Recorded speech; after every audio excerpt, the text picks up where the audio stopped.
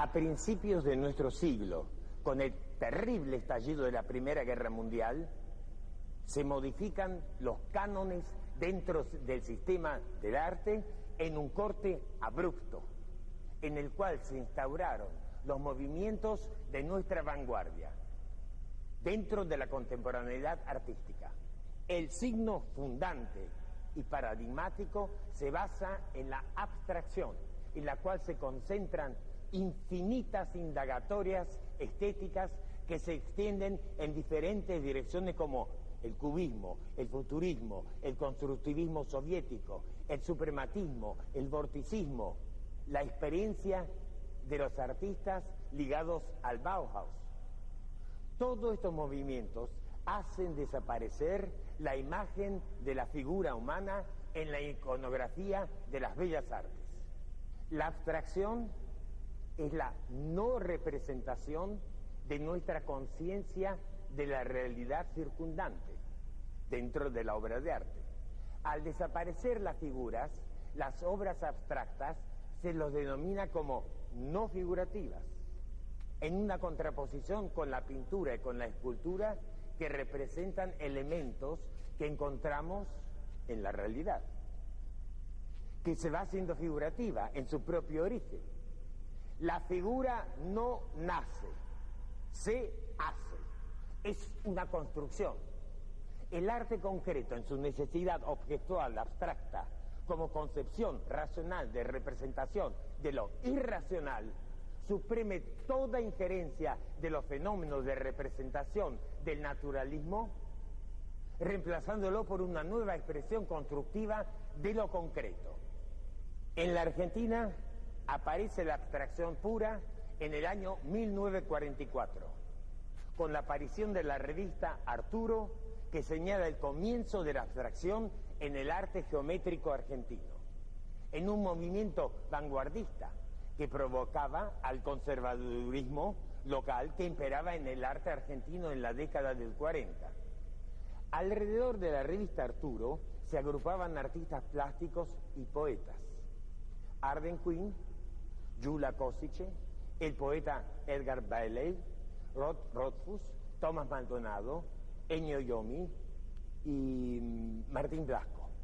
Sería justamente a partir de la publicación de la revista Arturo donde Arden Quinn, Kosice y Maldonado se constituyen en los maestros de los precursores en la formulación de los distintos matices del arte geométrico argentino.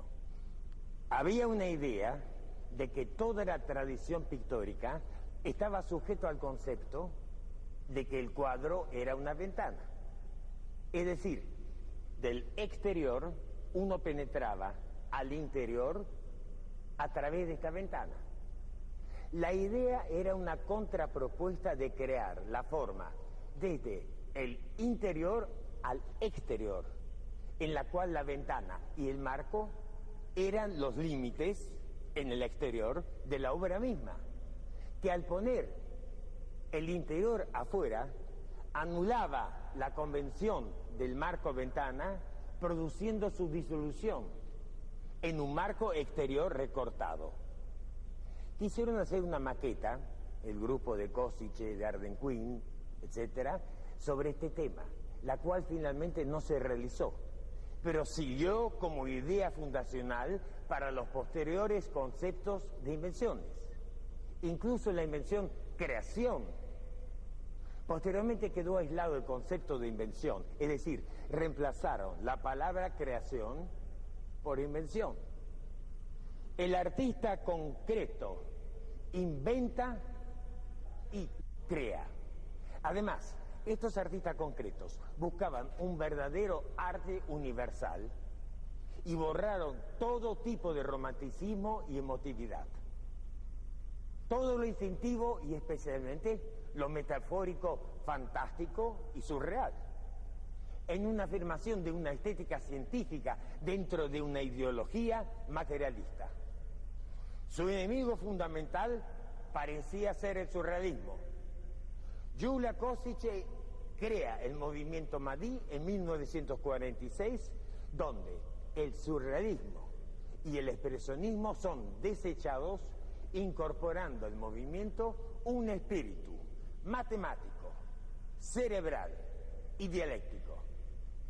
El arte Madí produce una sincronización con los grandes centros artísticos que antes no existía esta posibilidad, y genera una vanguardia propia en una propuesta que busca religar la vida y el arte, donde la invención es un método interno superable y la creación es una totalidad exenta de cambio. Madí inventa y crea. Estamos aquí en el Centro Cultural Recoleta en una exposición de 6 décadas de realizaciones de Gyula Kosice, que van desde el manifiesto Madí, pasando por el hidrocinetismo, la ciudad hidroespacial y las grandes esculturas. Querido Charlie, tenemos hoy el gusto de encontrarnos con un gran artista de 6 décadas permanentes de creatividad y de combatividad en el arte. ¿Qué tal, Gyula? ¿Cómo estás? Placer verte. ¿Cómo estás? ¿Qué tal, Gyula? Hola, ¿cómo estás? ¿Cómo estás? Bien, muy bien. Bueno, la totalidad de esta obra, de la que nos separan ya unas cuantas décadas, indica también una actividad sintética del maestro aquí y una selección más allá de lo natural. Sabemos que el maestro ha trabajado con todo tipo de artificios, más que con naturalezas, a pesar de la dialéctica lanzada entre artificio y naturaleza. Estamos acá frente a una concreción objetual demasiado fuerte como para ignorar esta espacialidad que hoy nos ocupa. Acá estamos frente a la obra Rogi. Rogi. ¿No lleva 2 puntitos? Sí, pero la pronunciación finalmente es fonética, es Rogi. Es Rogi.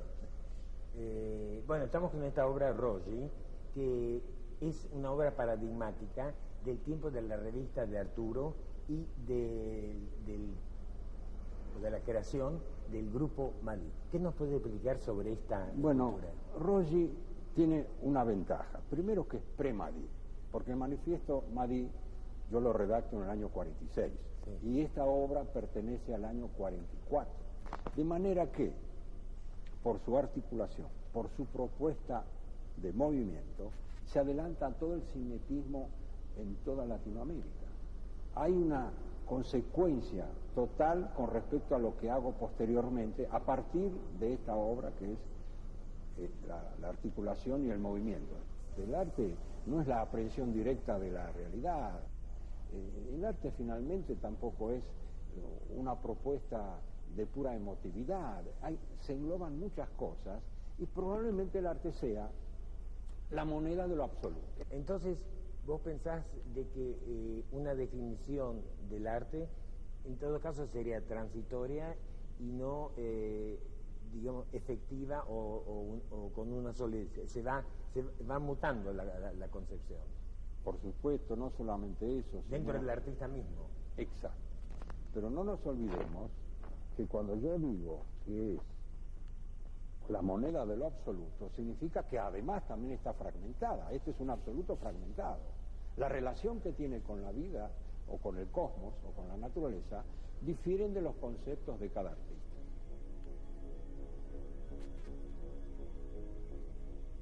He visto que entre tus comentarios actuales hay como un alcance del hoy, de lo más inmediato. Pareciera que tu obra hubiera ido desde un proceso evolutivo a otro progresivo. Con esto quiero decir que dejaste el darwinismo y te metiste en una suerte de biología circular del arte. ¿No hay algo de todo eso? No, ¿Nada de eso? yo creo que puede haber una pequeña propuesta de tu parte en el sentido del orgánico, porque utilizo el agua, lógicamente, claro, por porque eso. estamos hechos de agua, casi el 80%, y porque en el planetoide que vivimos lo que tiene son 90% de agua. Claro. De manera que sí, hay en ese aspecto sí, pero no te olvides que mi propuesta no es la progresiva, tampoco es darwiniana, por supuesto. Es decir, ¿en qué medida mi palanca de transformación personal sigue siendo la imaginación?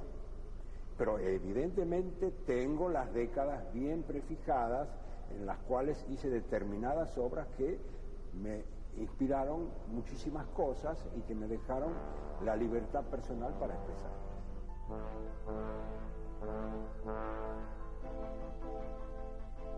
Gyula Kosice nace en 1924. Escultor y poeta argentino, es uno de los precursores del arte de vanguardia cinético-lumínico. Su imaginación irrumpió en escena en 1944 como cofundador de la revista Arturo, en la que gestó su primera escultura articulada y móvil, Roggi. En 1945 fue cofundador del Arte Concreto Invención y publicó Invención, Esculturas Móviles, Teoría y Poemas. En 1946 redactó el manifiesto Madí, Desprendimiento de Arte, Concreción, Invención, y creó las estructuras lumínicas utilizando por primera vez a nivel mundial el gas de neón.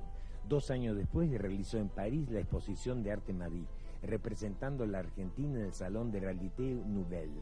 En 1949 creó la escultura hidráulica, siendo el agua como elemento esencial de sus obras. Posteriormente crea la ciudad hidroespacial y realiza esculturas monumentales, recorridos hidroespaciales y los hidromurales. Fue distinguido en 1989 con el grado de Caballero de las Artes y de las Letras por el gobierno de Francia. Y en 1994 el Fondo Nacional de las Artes le otorgó el premio a la trayectoria en artes plásticas.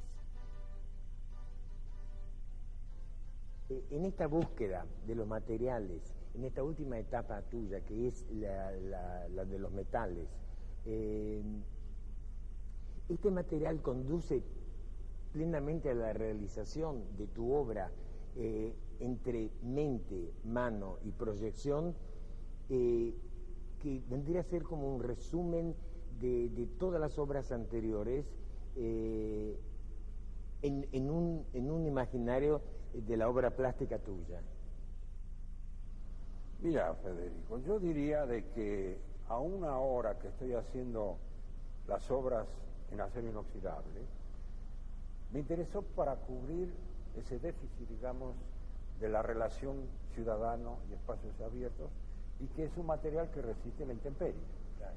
Eso significa que sí, que hay, como vos decís, la mano, la intencionalidad, pero también está el fenómeno urbano. ¿En qué medida tendríamos que tener en Buenos Aires esculturas de ciertas dimensiones en las plazas, plazoletas y espacios abiertos? De manera que esto es lo que más o menos resiste esa vulnerabilidad, que es el factor tiempo. Claro, proyección monumental hacia una urbanización. Exacto, que vivan las obras en su medio natural. Mi intención es justamente crear un vínculo entre el ciudadano y la obra que está viendo como paseante o como turista o como... Bueno, estas dos esculturas son ejemplares para un exterior. ¿Nos podés explicar el equilibrio? Bueno, fíjate vos que acá, en realidad, yo hice esta escultura que después se realizó a 9 metros de altura en Seúl. ¿En Seúl? En Seúl. Esta es la famosa que me contabas. Es la famosa, pero esta es la original.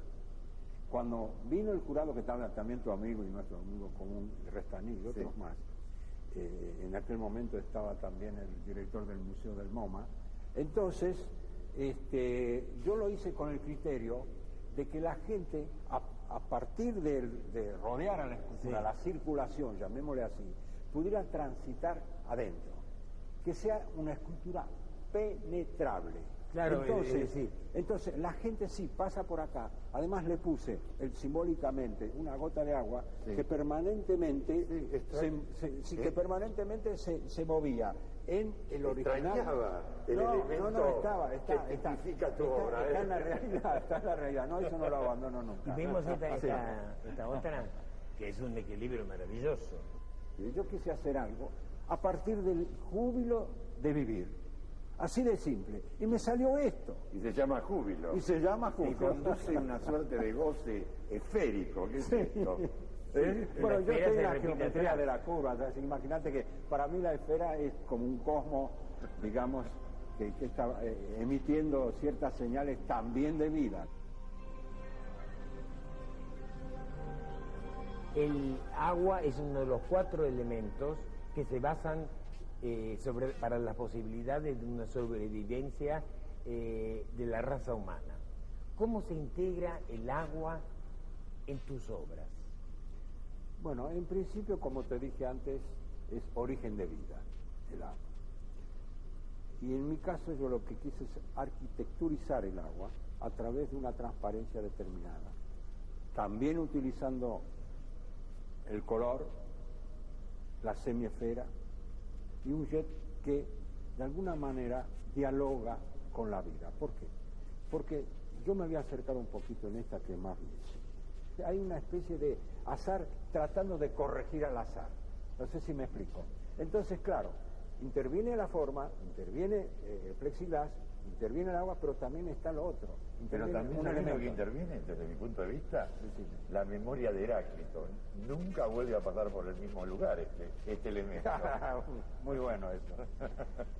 Y sin embargo sigue siendo la misma agua la que configura una propuesta que yo llamo hidrogenetismo. ¿Por qué? Está en movimiento y porque es hidro que es agua.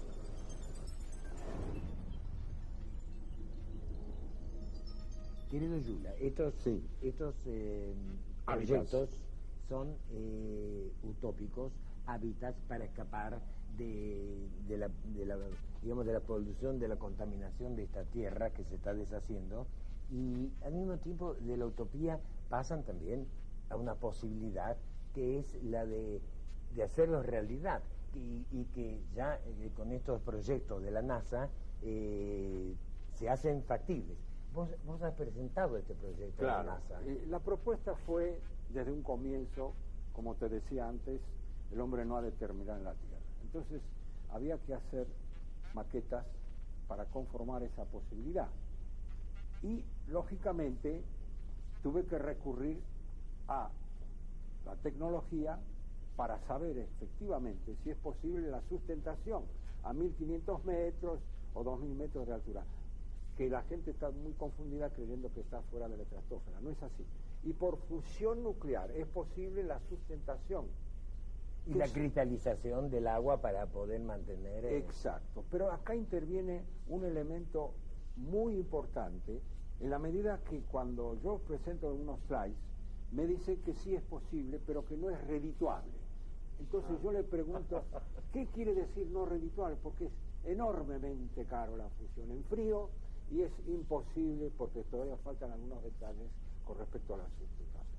Entonces, claro, cuando yo le digo, oigo esto, digo, pero entonces se trata solamente de dinero, de las posibilidades económicas de un país o de grandes empresas multinacionales, y efectivamente es así.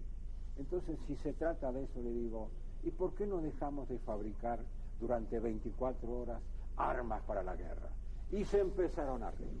Las estaciones orbitales, todo lo que significa formas de convivencia fuera, digamos, de las relaciones probables de respiración y manutención del ser humano, tienen el eco directo entre las estaciones que, por ejemplo, la Mir hace poco tuvo que bajar. Pero no es eso lo que estamos buscando. Buscamos que puede estar suspendido en el espacio, puede bajar a tierra, puede estar con plataformas de relaciones que cada uno de los hábitats se acoplen a unas plataformas. Pero lo más importante, y esa es la polémica que tuve con Le Corbusier, que él no creyó en eso nunca, es que se termina el ritual del dormitorio, del baño, de la cocina, de la sala de estar, de los lugares para vivir. Entonces yo dije, bueno, pero necesito algo más. ¿Qué es lo que necesito? Lugares diferenciados de vida. Entonces yo señalo en los dibujos, trazo una línea, número 1, ya lo vas a ver ahí, publicados en varios libros, trazo una línea y digo, este lugar es para tener ganas. Este lugar es para no merecer, digamos, los trabajos del día y la noche. Este lugar es para oír la palpitación del universo. Y siempre con la idea de poetizar el hábitat y la vida. Siempre con esa idea rectora que es la poesía. Cuando yo vi esta exposición en la Galería Bonino, me pareció como muy fantasiosa, muy utópica en el sentido de Julio Verne. Pero hoy en día se hace cada más palpable esta posibilidad de acuerdo a una visión que vos tuviste con anterioridad, porque inclusive la comida ya no es un problema porque hay una comida balanceada tipo perro que te puede alimentar perfectamente mucho mejor que la carne y la comida contaminada. Quiere decir que se van dando las condiciones para que esto, que se transforme en una estética, digamos, utópica, cada día está más próxima a una realidad. No sé si a vos te satisface o no. Yo ya me siento habitante de la vivienda hidroespacial. Yo vivo esa realidad. Y sabes muy bien de que una utopía es hasta que deja de serlo. Y mencionaste nada más y nada menos que a Julio Verne. ¿Y qué pasó con el viaje a la Luna? ¿Al final se realizó o no? Claro. Sí. Hasta que toma el lugar. Y además cada uno debe inventar y crear su lugar. Tiene que ser partícipe de su vivienda. La vivienda al mismo tiempo es una escultura, es una pintura, es un lugar para vivir, claro. es para desplazarse. Mira, no hay nada, absolutamente nada en el mundo que sea estático. En el cosmos no hay nada estático. En este momento que estamos hablando, ¿vos sentís que la Tierra se está moviendo sobre sí misma? Continuamente. Pero no la siento yo. Y sin embargo, está. Pero está en la inconsciente, claro. Imaginario, pero ¿no? Colectivo. Sí. Pero explicarlo así, de maneras directas, todavía, y alrededor del Sol. Es decir, ¿en qué medida hay dos movimientos de la Tierra? Pero quiero decir con esto, ¿en qué medida también las consecuencias de una propuesta pueden cambiar no solamente a una utopía, sino un nuevo modus vivendi? Y hay una dinámica de la vida. En la medida en que, si vos te propones de alguna manera una utopía, y la última te la voy a contar a pesar de que estoy hablando rápido y mucho, te voy a decir, a partir de acá me di cuenta que la humanidad, esta que vivimos, es una civilización de pantalla. ¿Por qué? Porque todo el mundo ve cine, ve televisión, ve videos, ve internet. Y... pintura. No, pero es una pintura, pero es una pantalla. Plana, claro, pero es una pantalla. Entonces yo quise salir y ocupar con una idea. Otra vez el nombre inventado como Madí o como Roger, como tantas otras cosas. Y nombré a esta máquina de cómputo diferenciado que se llama IRB, que es una utopía que ya es la locura, porque así me están llamando. ¿Cómo es posible que yo con una máquina pueda proyectar volúmenes reales en el espacio? Nada de holografía, nada de arte digital. Esto mismo, esta misma maqueta, desaparece de acá y esa máquina la transmite, y hacer en Buenos Aires una exposición de obras monumentales o de viviendas ya fijas y digamos, con capacidad de vida. ¿En qué medida eso vos podés conseguir? Ni yo mismo lo puedo conseguir, pero tengo que enunciarlo, porque proyectar volúmenes reales ya no es la civilización de pantalla, ya es la civilización de una imaginación muy desatada y quizás precozmente indomable. Pero ¿por qué esta exposición se llama así? ¿Cómo se llama? Anticipaciones. El rol del artista, ¿cuál es? Ser original y que tenga calidad su vida. La obra de Košiće tiene una compleja y directa postura humanista que la proyecta sobre la comunidad. Košiće es un utopista visionario, el constructor de una realidad diferente que busca las respuestas en la realidad circundante y no en su mundo interior, sino en una realidad que circunscribe a toda la sociedad, al mundo y al cosmos. En todo momento se trata de una propuesta optimista afirmativa y no negativa o desalentadora. Una propuesta plástica dentro de una trayectoria combativa, honesta y trascendente, en un encuentro con la estética científica que reemplazaría la estética especulativa y existencialista. En este fin de milenio, dominado por la noción del fin de la historia, de la caída de las ideologías, del pensamiento débil, de la crisis de creer o creer que se cree, Košić nos demuestra continuamente una lúcida resistencia artística y teórica a través de 6 décadas sostenidas por la solidez estética y ética de sus proyectos, esculturas y proyectos y utopías, que nos recuerda que el nuevo espacio y el nuevo tiempo de la utopía nos podemos reencontrar sin el temor al futuro, al adelante que viene a nuestro encuentro en el artista que inventa y crea para nuestra comunidad.